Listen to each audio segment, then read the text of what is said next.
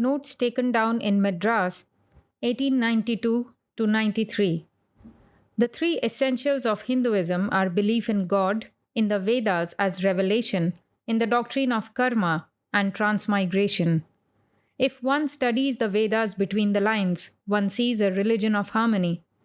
One point of difference between Hinduism and other religions is that in Hinduism we pass from truth to truth, from a lower truth to a higher truth, and never from error to truth. The Vedas should be studied through the eyeglass of evolution. They contain the whole history of the progress of religious consciousness until religion has reached perfection in unity. The Vedas are anadi, eternal. The meaning of the statement is not, as is erroneously supposed by some, that the words of the Vedas are anadi, but that the spiritual laws inculcated by the Vedas are such. These laws, which are immutable and eternal, have been discovered at various times by great men or rishis, though some of them are forgotten now, while others are preserved. When a number of people from various angles and distances have a look at the sea, each man sees a portion of it according to his horizon. Though each man may say that what he sees is the real sea, all of them speak the truth, for all of them see portions of the same wide expanse. So the religious scriptures, though they seem to contain varying and conflicting statements, speak the truth, for they are all descriptions of that one infinite reality. When one sees a mirage for the first time, he mistakes it for a reality, and after vainly trying to quench his thirst in it, learns that it is a mirage.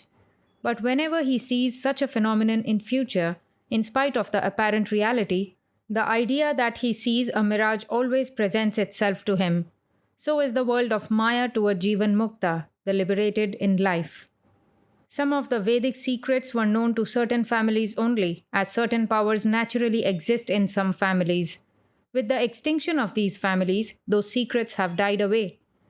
Vedic anatomy was no less perfect than the Ayurvedic. There were many names for many parts of the organs, because they had to cut up animals for sacrifice. The sea is described as full of ships. Sea voyage was prohibited later on, partly because there came the fear that people might thereby become Buddhists. Buddhism was the rebellion of newly formed Kshatriyas against Vedic priestcraft. Hinduism threw away Buddhism after taking its sap.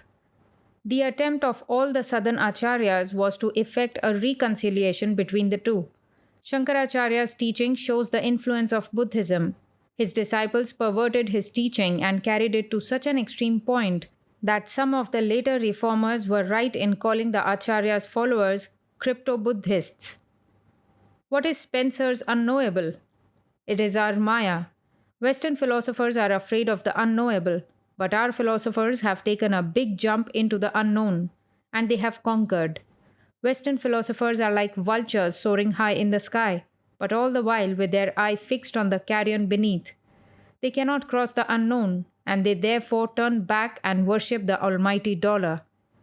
There have been two lines of progress in this world, political and religious.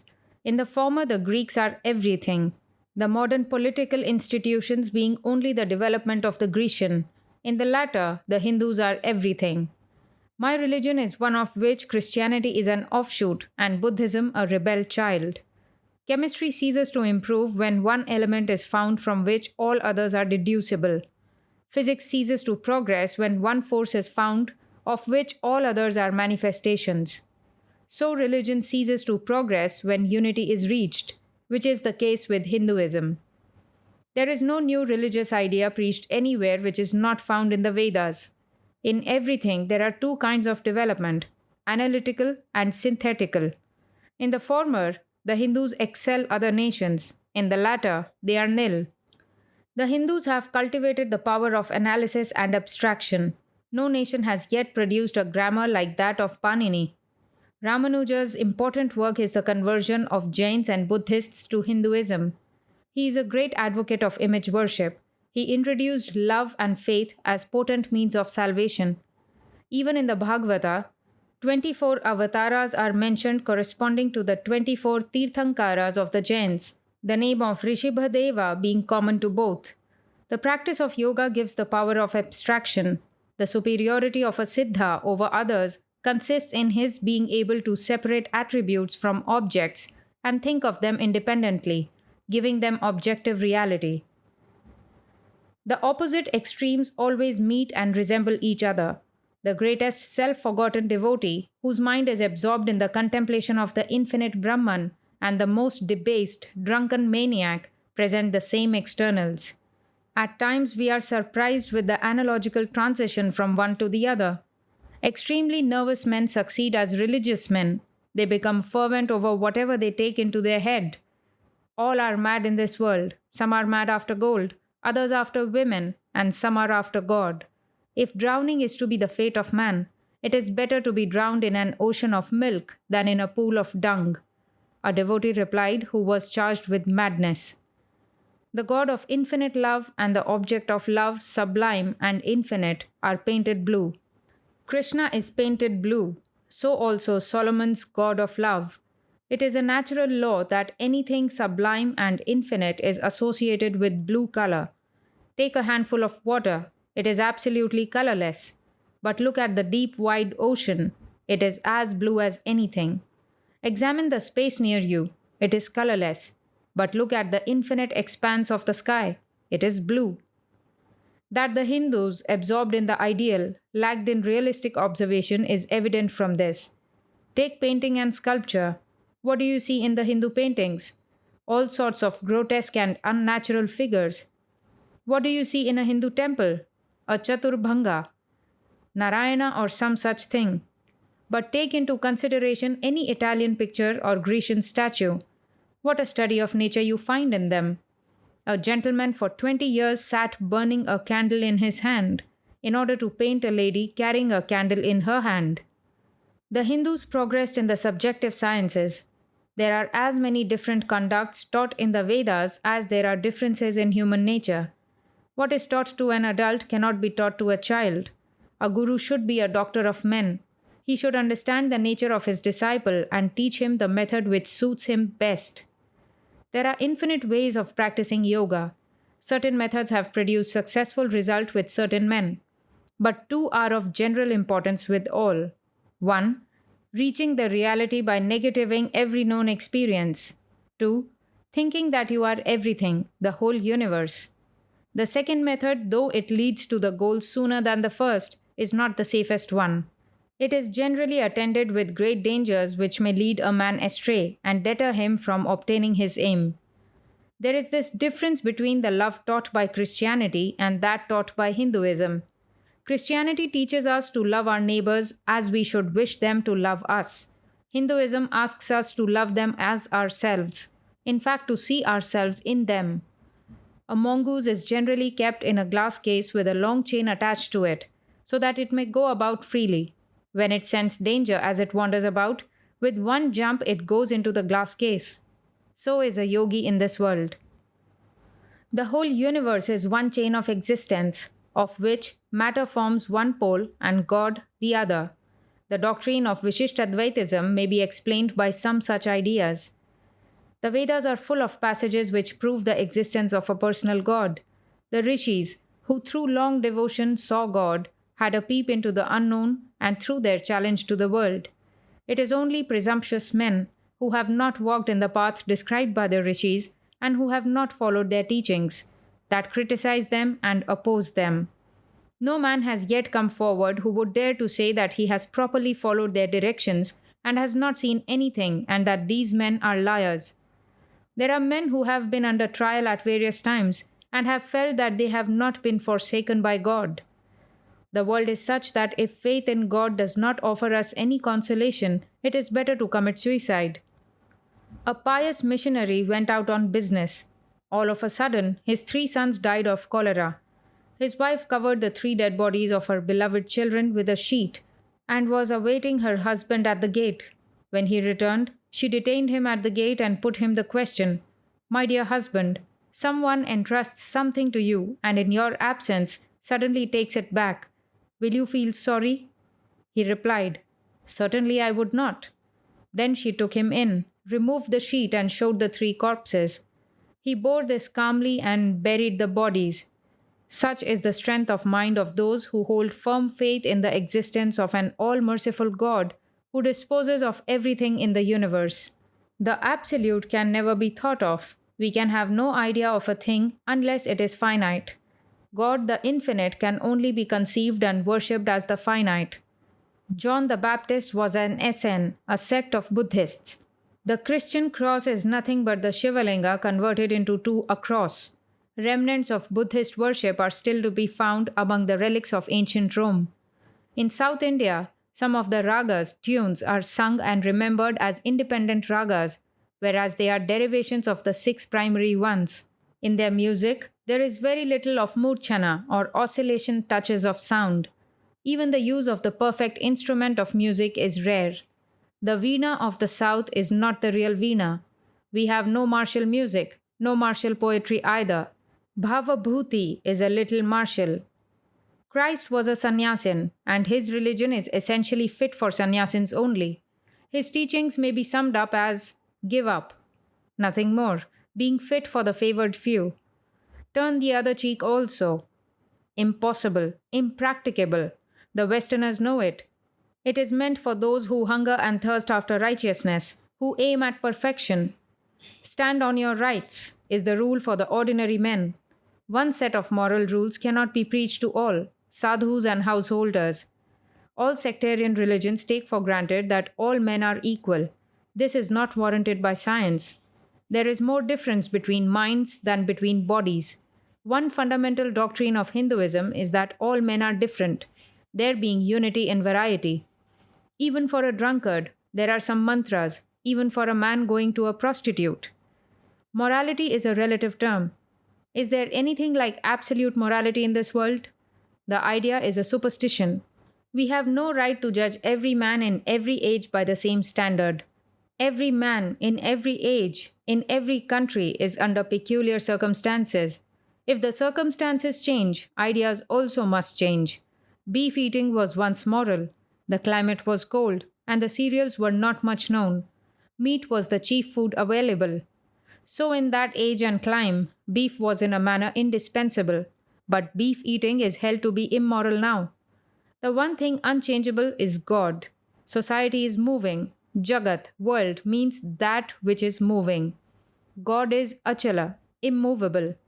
What I say is not reform, but move on. Nothing is too bad to reform. Adaptability is the whole mystery of life, the principle underneath which serves to unfold it. Adjustment or adaptation is the outcome of the self pitted against external forces tending to suppress it. He who adjusts himself best lives the longest. Even if I do not preach this, society is changing. It must change. It is not Christianity nor science. It is necessity that is working underneath, the necessity that people must have to live or starve. The best scenery in the world can be seen on the sublime heights of the Himalayas. If one lives there for a time, he is sure to have mental calmness, however restless he might have been before. God is the highest form of generalized law. When once this law is known, all others can be explained as being subordinate to it. God is to religion what Newton's law of gravity is to falling bodies. Every worship consists of prayer in the highest form. For a man who cannot make dhyana or mental worship, puja or ceremonial worship is necessary. He must have the thing concrete. The brave alone can afford to be sincere. Compare the lion and the fox. Loving only the good in God and nature, even a child does that. You should love the terrible and the painful as well. A father loves the child, even when he is giving him trouble. Shri Krishna was God, incarnated to save mankind. Gopi Leela, his disport with the cowherd maids, is the acme of the religion of love in which individuality vanishes and there is communion. It is in this Leela that Shri Krishna shows what he preaches in the Gita. Give up every other tie for me. Go and take shelter under Vrindavan Leela to understand bhakti. On this subject, a great number of books is extant. It is the religion of India. The larger number of Hindus follow Shri Krishna. Shri Krishna is the God of the poor, the beggar, the sinner, the son, the father, the wife, and of everyone. He enters intimately into all our human relations and makes everything holy, and in the end brings us to salvation. He is the God who hides himself from the philosopher and the learned and reveals himself to the ignorant and the children. He is the God of faith and love and not of learning. With the gopis, love and God were the same thing. They knew him to be love incarnate. In Dwarka, Sri Krishna teaches duty. In Vrindavana, love. He allowed his sons to kill each other, they being wicked. God, according to the Jewish and Mohammedan idea, is a big sessions judge. Our God is rigorous on the surface, but loving and merciful at heart. There are some who do not understand Advaitism and make a travesty of its teachings. They say, what is Shuddha and Ashuddha, pure and impure? What is the difference between virtue and vice? It is all human superstition. And observe no moral restraint in their actions. It is downright roguery, and any amount of harm is done by the preaching of such things. This body is made up of two sorts of karma consisting of virtue and vice, injurious vice and non injurious virtue. A thorn is pricking my body, and I take another thorn to take it out and then throw both away. A man desiring to be perfect takes a thorn of virtue and with it takes off the thorn of vice. He still lives, and virtue alone being left, the momentum of action left to him must be of virtue. A bit of holiness is left to the Jivan Mukta, and he lives, but everything he does must be holy. Virtue is that which tends to our improvement, and vice to our degeneration. Man is made up of three qualities: brutal, human, and godly. That which tends to increase the divinity in you is virtue, and that which tends to increase brutality in you is vice. You must kill the brutal nature and become human, that is, loving and charitable. You must transcend that too and become pure bliss. Sachidananda, fire without burning, wonderfully loving, but without the weakness of human love, without the feeling of misery. Bhakti is divided into Vaidhi and Raganuga Bhakti. Vaidhi Bhakti is implicit belief in obedience to the teachings of the Vedas. Raganuga Bhakti is of 5 kinds. 1.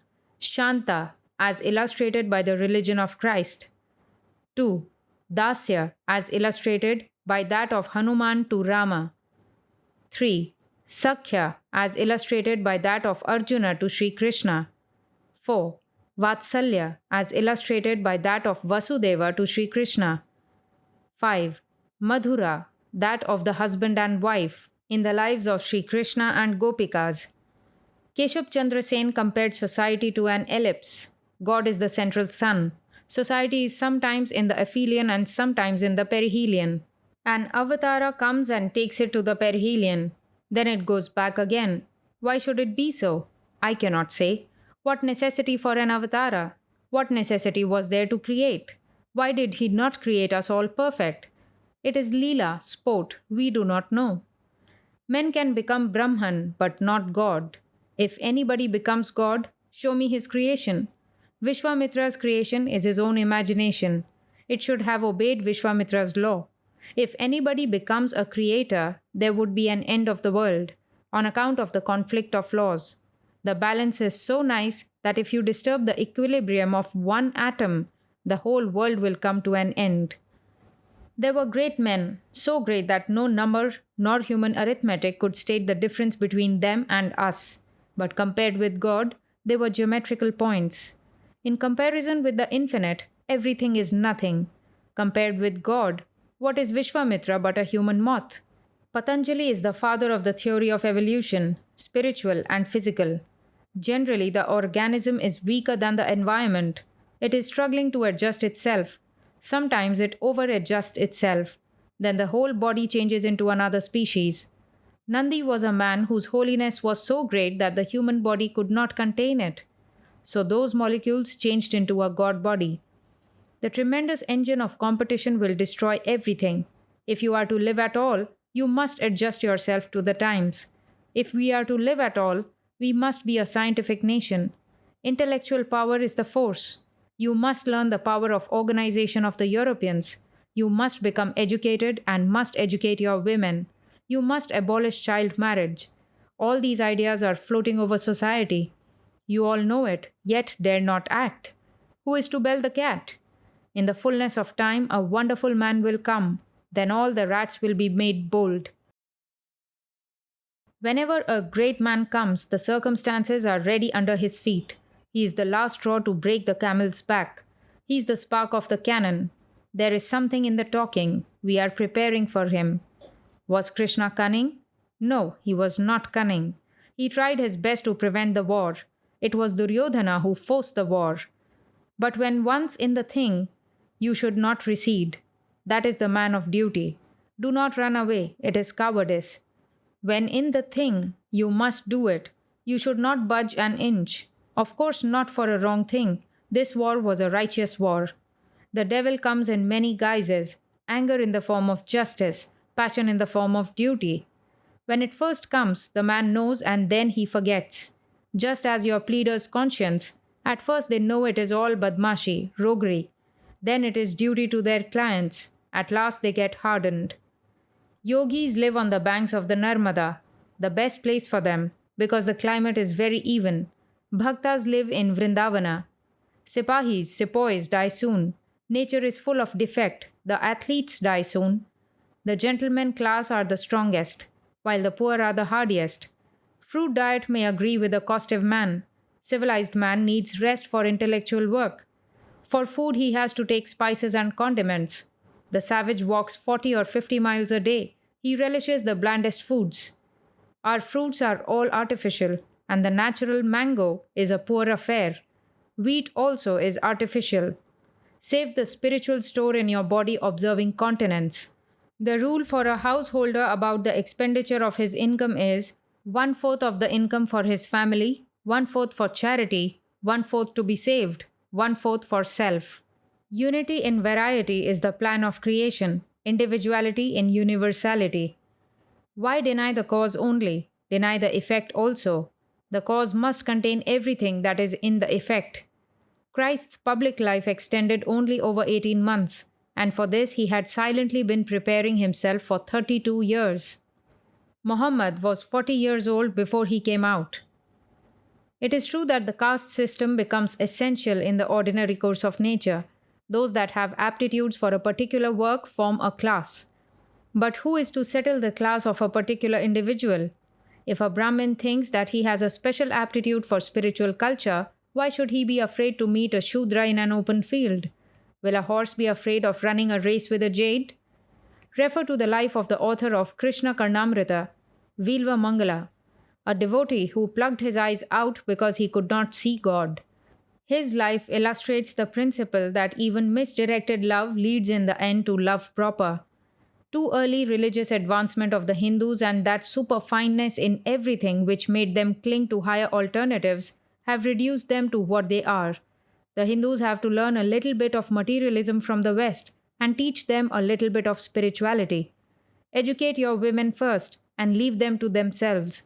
Then they will tell you what reforms are necessary for them. In matters concerning them, who are you? Who reduced the Bhangis and the Paryas to their present degraded condition? Heartlessness in our behavior and at the same time preaching wonderful Advaitism.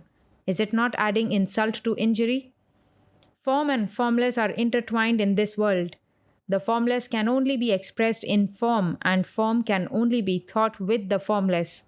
The world is a form of our thoughts. The idol is the expression of religion. In God, all natures are possible, but we can see Him only through human nature. We can love Him as we love a man, as father, son. The strongest love in the world is that between man and woman, and that also when it is clandestine. This is typified in the love between Krishna and Radha. Nowhere is it said in the Vedas that man is born a sinner. To say so is a great libel on human nature. It is not an easy task to reach the state of seeing the reality face to face. The other day, one could not find the hidden cat in a whole picture, though it occupied the major portion of the picture.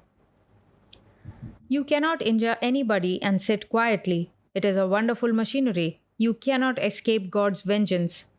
Kama, lust, is blind and leads to hell. Prema is love. It leads to heaven. There is no idea of lust or sympathy in the love of Krishna and Radha. Radha says to Krishna, "If you place your feet on my heart, all lust will vanish." When abstraction is reached, lust dies and there is only love. A poet loved a washerwoman. Hot dal fell upon the feet of the woman, and the feet of the poet were scalded. Shiva is the sublime aspect of God, Krishna, the beautiful aspect of God. Love crystallizes into blueness. Blue color is expressive of intense love. Solomon saw Krishna. Here, Krishna came to be seen by all. Even now, when you get love, you see Radha. Become Radha and be saved. There is no other way. Christians do not understand Solomon's song. They call it prophecy symbolizing Christ's love for the church. They think it nonsense and father some story upon it. Hindus believe Buddha to be an avatara. Hindus believe in God positively. Buddhism does not try to know whether he is or not. Buddha came to whip up into practice. Be good, destroy the passions. Then you will know for yourself whether Dvaita or Advaita philosophy is true, whether there is one or there are more than one. Buddha was a reformer of Hinduism. In the same man, the mother sees a son, while the wife at the same time sees differently with different results. The wicked see in God wickedness. The virtuous see in him virtue. He admits of all forms. He can be molded according to the imagination of each person. Water assumes various shapes in various vessels, but water is in all of them. Hence, all religions are true. God is cruel and not cruel. He is all being and not being at the same time. Hence, he is all contradictions. Nature also is nothing but a mass of contradictions. Freedom of the will. It is as you feel you are free to act. But this freedom is a species of necessity. There is one infinite link before, after, and between the thought and the action, but the latter takes the name of freedom, like a bird flitting through a bright room. We feel the freedom and feel it has no other cause. We cannot go beyond consciousness. Therefore, we feel we are free. We can trace it no further than consciousness. God alone feels the real freedom. Mahapurushas, saints, feel themselves identified with God. Hence, they also feel the real freedom. You may stop the water flowing out of the fountain by closing that part of the stream and gathering it all in the fountain. You have no liberty beyond it. But the source remains unchanged. Everything is predestination, and a part of that predestination is that you shall have such feeling, the feeling of freedom. I am shaping my own action. Responsibility is the feeling of reaction. There is no absolute power. Power here is the conscious feeling of exercising any faculty which is created by necessity. Man has the feeling, I act. What he means by power of freedom is the feeling. The power is attended with responsibility. Whatever may be done through us by predestination, we feel the reaction. A ball thrown by one itself feels the reaction. But this innate necessity which comes to us as our freedom does not affect also the conscious relations we form with our surroundings. The relativity is not changed. Either everybody is free or everybody is under necessity. That would not matter. The relations would be the same. Vice and virtue would be the same. If a thief pleads that he was under the necessity of stealing, the magistrate would say that he was under the necessity to punish. We are seated in a room, and the whole room is moving. The relation between us is unchanged. To get out of this infinite chain of causation is mukti, freedom. Muktas, free souls, are not actuated by necessity. They are like God. They begin the chain of cause and effect. God is the only free being, the first source of their will, and is always experienced by them as such. The feeling of want is the real prayer, not the words. But you must have patience to wait and see if your prayers are answered. You should cultivate a noble nature by doing your duty. By doing our duty, we get rid of the idea of duty, and then only we feel everything as done by God. We are but machines in His hand. This body is opaque. God is the lamp. Whatever is going out of the body is God's. You do not feel it. You feel I. This is delusion. You must learn calm submission to the will of God. Duty is the best school for it. This duty is morality. Drill yourself to be thoroughly submissive. Get rid of the I. No humbugism. Then you can get rid of the idea of duty, for all is His. Then you go on naturally, forgiving, forgetting, etc. Our religion always presents different gradations of duty and religion to different people. Light is everywhere visible only in the men of holiness. A Mahapurusha is like crystal glass, full rays of God passing and repassing through. Why not worship a Jivan Mukta? Contact with holy men is good. If you go near holy men, you will find holiness overflowing unconsciously in everything there. Resist not evil done to yourself, but you may resist evil done to others. If you wish to become a saint, you should renounce all kinds of pleasures. Ordinarily, you may enjoy all, but pray to God for guidance, and He will lead you on.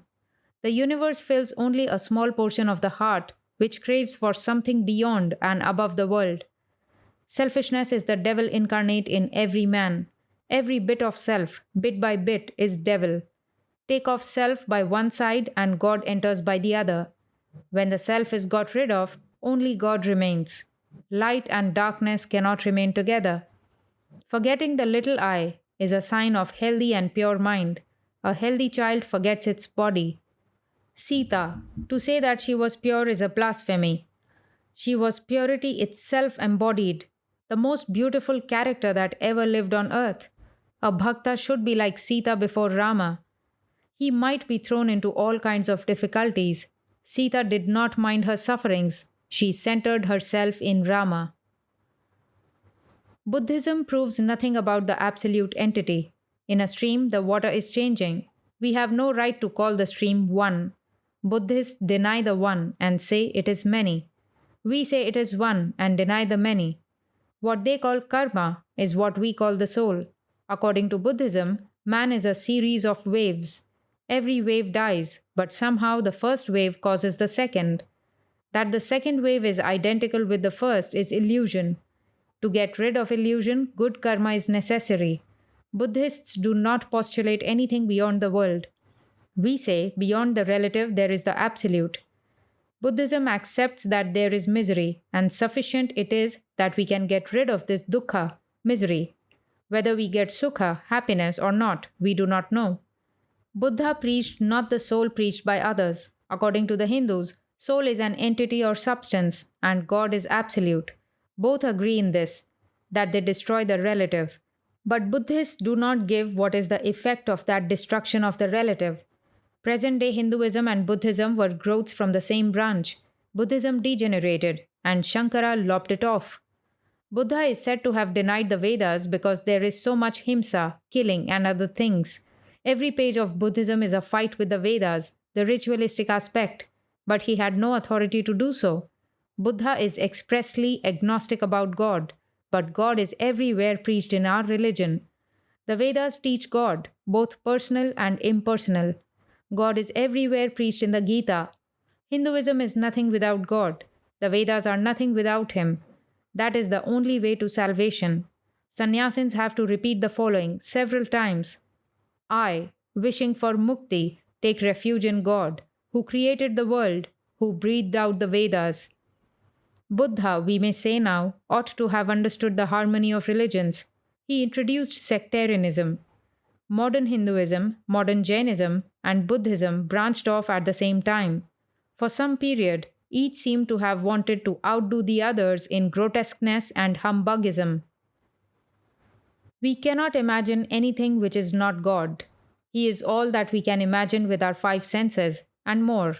He is like a chameleon. Each man, each nation, sees one face of him and at different times, in different forms. Let each man see and take of God whatever is suitable to him. Compare each animal absorbing from nature whatever food is suitable to it. The fault with all religions like Christianity is that they have one set of rules for all. But Hindu religion is suited to all grades of religious aspiration and progress. It contains all the ideals in their perfect form. For example, the ideal of Shanta or blessedness is to be found in Vasishtha, that of love in Krishna, that of duty in Rama and Sita, and that of intellect in Shukadeva. Study the characters of these and of other ideal men. Adopt one which suits you best. Follow truth wherever it may lead you. Carry ideas to their utmost logical conclusions. Do not be cowardly and hypocritical. You must have a great devotion to your ideal. Devotion not of the moment, but calm, persevering, and steady devotion, like that of a chataka, a kind of bird, which looks into the sky in the midst of thunder and lightning, and would drink no water but from the clouds. Perish in the struggle to be holy, 1,000 times welcome death. Be not disheartened. When good nectar is unattainable, it is no reason why we should eat poison. There is no escape. This world is as unknown as the other. Charity never faileth. Devotion to an ideal never fails in sympathy, never becomes weary of sympathizing with others. Love to enemies is not possible for ordinary men. They drive out others in order to love themselves. Only a very few men lived in the world who practiced both. King Janaka was one of them. Such a man is superior even to sannyasins. Shukadeva, who was purity and renunciation embodied, made Janaka his guru. And Janaka said to him, "You are a born Siddha. Whatever you know and your father taught you is true. I assure you of this." Individuality in universality is the plan of creation. Each cell has its part in bringing about consciousness. Man is individual and at the same time universal. It is while realizing our individual nature that we realize even our national and universal nature. Each is an infinite circle whose center is everywhere and circumference nowhere. By practice, one can feel universal selfhood, which is the essence of Hinduism. He who sees in every being his own self is a Pandita, sage. Rishis are discoverers of spiritual laws. In Advaitism, there is no Jivatma, it is only a delusion. In Dvaitism, there is Jiva infinitely distinct from God. Both are true. One went to the fountain, another to the tank. Apparently, we are all Dvaitists as far as our consciousness goes. But beyond? Beyond that, we are Advaitists. In reality, this is the only truth. According to Advaitism, love every man as your own self and not as your brother as in Christianity. Brotherhood should be superseded by universal selfhood. Not universal brotherhood, but universal selfhood is our motto. Advaitism may include also the greatest happiness theory. Soham, I am he. Repeat the idea constantly, voluntarily at first, then it becomes automatic in practice. It percolates to the nerves. So this idea, by rote, by repetition, should be driven into the nerves. Or first begin with Dvaitism, that is in your consciousness. Second stage, Vishishtadvaitism. I in you in me, and all is God. This is the teaching of Christ. The highest Advaitism cannot be brought down to practical life. Advaitism made practical works from the plane of Vishishtadvaitism. Dvaitism, small circle different from the big circle, only connected by bhakti. Vishishtadvaitism, small circle within big circle, motion regulated by the big circle. Advaitism, small circle expands and coincides with the big circle. In Advaitism, I loses itself in God. God is here, God is there, God is I. One way for attaining bhakti is by repeating the name of God a number of times. Mantras have effect, the mere repetition of words. Jalangiman Chetty's powers are due to the repetition of the mantra, repetition of certain words with certain ceremonies. The power of the astras or banas, missiles, arrows, etc. of ancient war were due to mantra. This is taken for granted throughout our shastras. That we should take all these shastras to be imagination is superstition. To obtain bhakti, seek the company of holy men who have bhakti, and read books like the Gita and the Imitation of Christ. Always think of the attributes of God. The Vedas contain not only the means how to obtain bhakti, but also the means for obtaining any earthly good or evil. Take whatever you want. Bengal is a land of bhakti or bhaktas. The stone on which Chaitanya used to stand in the temple of Jagannatha to see the image was worn by his tears of love and devotion. When he took sannyasa, he showed his fitness for it to his guru by keeping sugar on his tongue for some time without its being dissolved. He discovered Vrindavana by the power of insight he had acquired through devotion. I will tell you something for your guidance in life. Everything that comes from India take as true until you find cogent reasons for disbelieving it. Everything that comes from Europe take as false until you find cogent reasons for believing it. Do not be carried away by European fooleries. Think for yourselves. Only one thing is lacking. You are slaves. You follow whatever Europeans do. That is simply an impotent state of mind. Society may take up materials from any quarter, but should grow in its own way. To be shocked by a new custom is the father of all superstition, the first road to hell. It leads to bigotry and fanaticism. Truth is heaven, bigotry is hell.